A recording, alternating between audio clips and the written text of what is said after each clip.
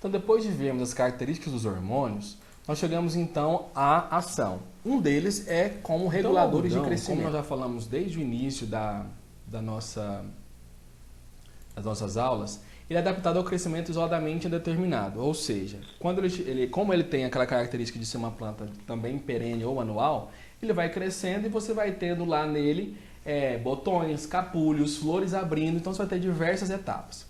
Isso devido aqui à submissão de estresse e também a questão de espaçamento de plantio. Pensando nisso, a gente vai tendo ferramentas para que possa, de uma certa forma, estruturar isso e, de uma certa forma, fazer uma uniformidade desta planta.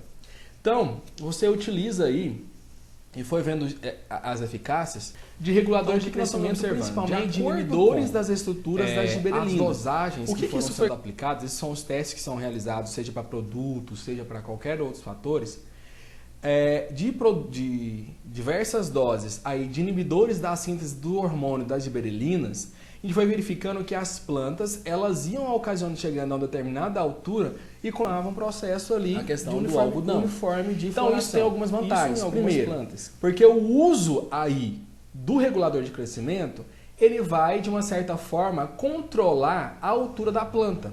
Então você vai estabelecer qual seria a altura que essa planta ela pode chegar. Por exemplo, aqui você pode ter plantas de 2,20 metros, mas também você pode ter plantas de 1,30 m que foram, de certa forma, controladas devido à utilização de reguladores de crescimento.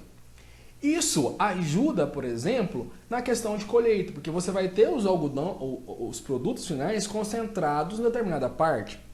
Melhora equilíbrio da arquitetura, ou seja, verificando aqui, você tem um espalhamento muito grande de material vegetal. Quanto aqui você tem um resumo desse material, né, de folhas e principalmente de alongamento desse caule, desse como de uma maneira geral.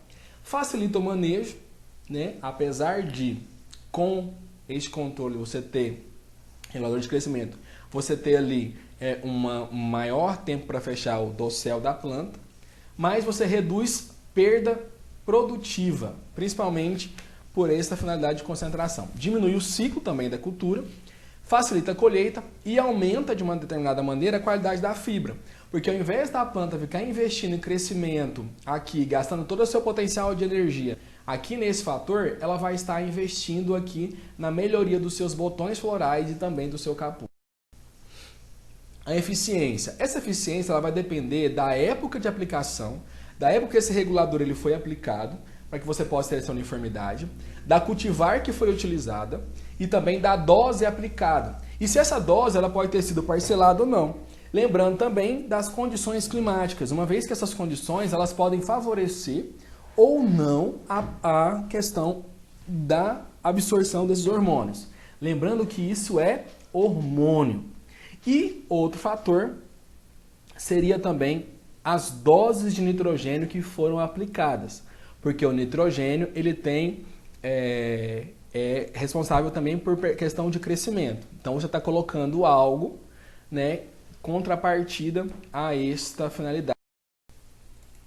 Para falarmos sobre essas épocas de aplicação, é necessário a gente entender que há variações a depender de outros fatores que não foram citados aqui anteriormente. Então, as aplicações, ela apresenta, principalmente quando a planta ela tem condições favoráveis ao crescimento, quando ela, de uma certa forma, está preparada para ter aí, ou mudar aí, ou estabelecer o seu crescimento. Como, por exemplo, aqui no surgimento do primeiro botão floral, ou quando o comprimento dos internódios estiver de 4 a 6 centímetros, pode ser que isso aconteça quando, né, tem aí um dos outros fatores, a altura de planta de 60 a 80 centímetros, e uma taxa de crescimento de altura vezes o número de internódios em uma relação maior que 2,5 e menor que 4,5. Exemplo, é a divisão, né, de altura pelo número de internódios que você tem na planta inteira. E essa relação aqui, essa divisão, ela tem que estar aqui maior que 2,5 e menor que 4,5, seria a época ideal para aplicação desse regulador. As medições.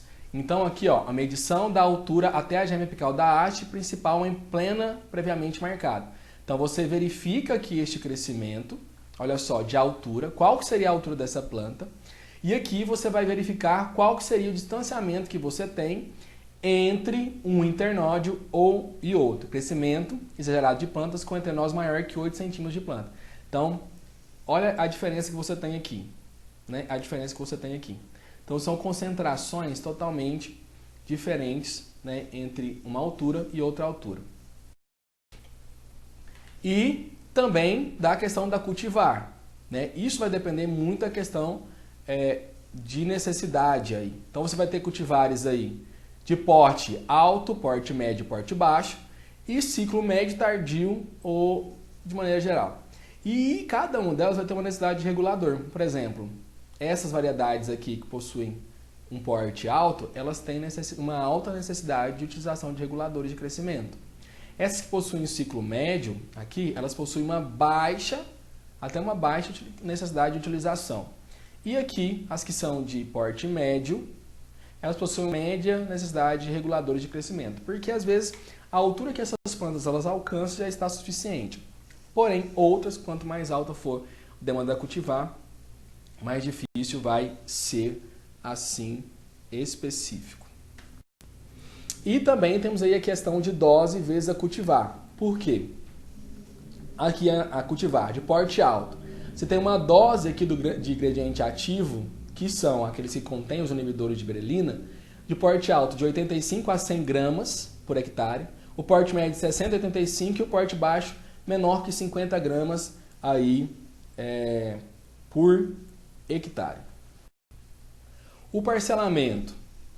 Esse parcelamento aqui, quando a gente utiliza parcelamento da aplicação dos reguladores de crescimento, é tentando evitar que naquele momento você tenha um travamento, a paralisação total do crescimento da cultura. Ou seja, ela não vai crescer nem a altura nem vai produzir nada. Então, dependendo da forma que você fazer. E principalmente quanto a isso, porque são doses um pouco elevadas, quando você faz o parcelamento, você reduz perdas na produtividade e também o risco de você estar contaminando essas plantas. Uma vez que o recomendado seria 4 aplicações, se necessário 5 aplicações, e deve-se repetir a dose da 4ª aplicação, caso você vá realizar uma 5ª. Então, por isso que a gente pode evidenciar. No caso, no slide anterior, nós tínhamos ali 2 produtos que são inibidores de berelina. Então, você poderia pegar esses 2 produtos, anotar o nome e olhar na bula qual que seria, então, as recomendações ideais e adequadas para a utilização desses produtos. Então, aqui, ó, desse total, como que poderia ser feito? O parcelamento da dose, em porcentagem da dose total, ele poderia ser feito da seguinte forma. 10% em 4 aplicações, 10% do total na primeira, 20% na segunda, 30% na terceira e 40% na quarta, totalizando 100% de aplicação. Então, isso é um manejo de uma forma que você estabelecerá para a aplicação. Então, dá uma olhada naquela bula, conforme a gente falou, para você dar uma conferida.